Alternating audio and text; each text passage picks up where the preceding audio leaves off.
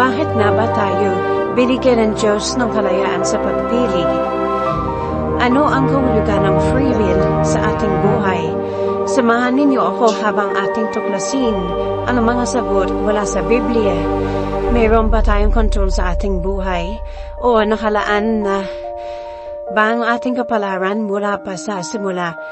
Ang kalayaan sa pagpili o free will ay isang konsepto na napapaisip sa ating.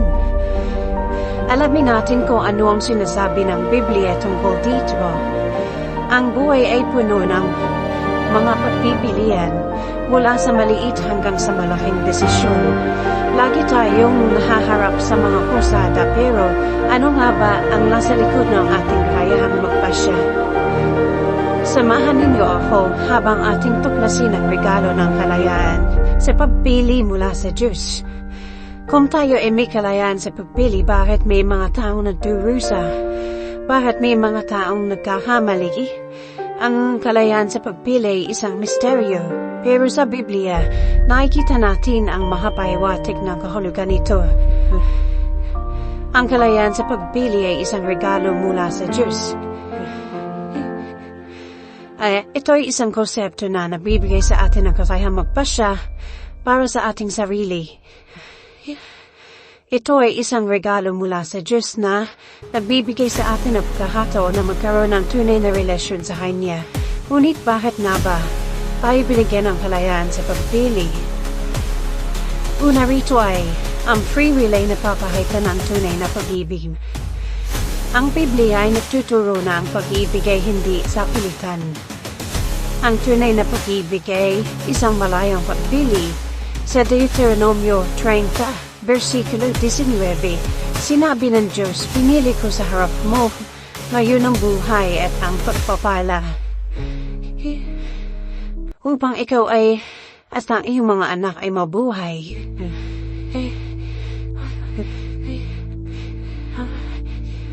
Ang Diyos ay nais na piliin natin siya ng ating sariling kalooban.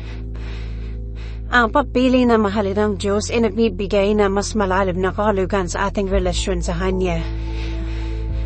Ang kalayaan sa pagpili ay mahalaga para sa tunay na pag-ibig. Kung wala tayong kalayaan na pumili, hindi natin tunay na may papakita ang ating pagmamahal sa Diyos.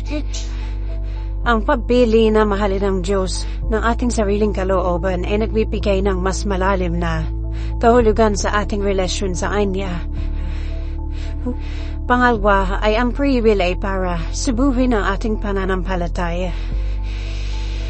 Ang kalayaan sa pagpili ay nagbibigay din sa atin ang pagkakataon na subuhin ang ating pananampalataya.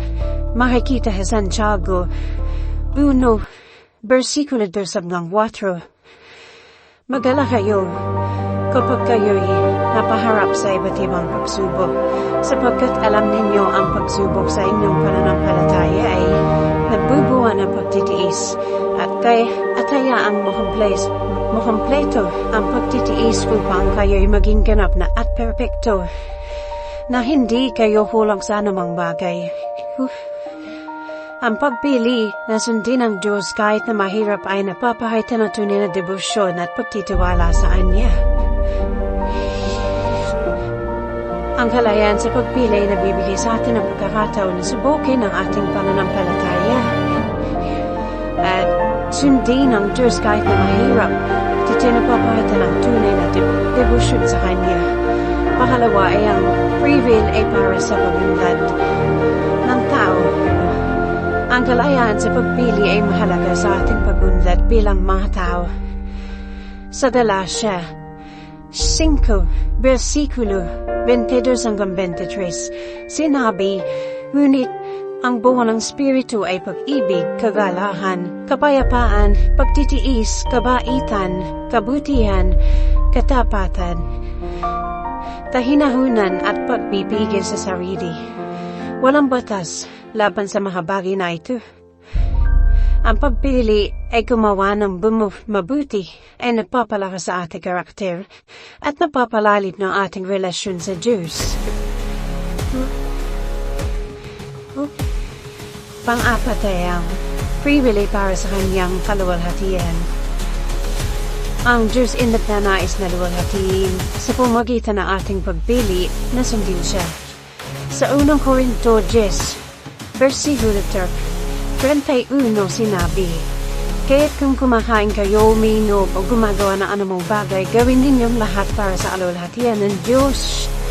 Ang ating kalayaan sa pagpili ay nagbibigay sa atin ng pagkakataon na magpasalamat sa Kanya at magbigay ng kaluwalhatian sa Kanyang pangalan. Ang Diyos ay nagnanais na luwalhatiin sa pamamagitan ng ating pagpili na sundin siya. At ang ating kalayaan sa pagpili ay nabibigay sa atin ng pagkakataon na magpasalamat sa Kanya at magbigay ng kaluwalhatian sa Kanyang pangalan. Ang panglima ay ang Free Will Day.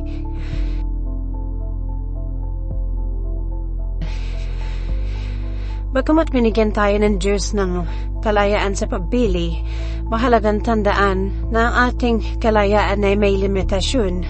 Hindi tayo malaya na gawin ang ating mga gusto. May mga batas na kalikasan at mga moral na prinsipyo na dapat nating sundin. Ang tunay na kalayaan ay matatapos sa pagsunod sa kalooban ng Diyos dahil sa pamamagitan nito ay nakakamit natin ang tunay na kaligayahan at kapayapaan. Sa Juan 8, versikulo 36, sinabi ni Jesus, "Kung ang anak ay magpapalaya sa inyo, kayo'y tunay na magiging malaya."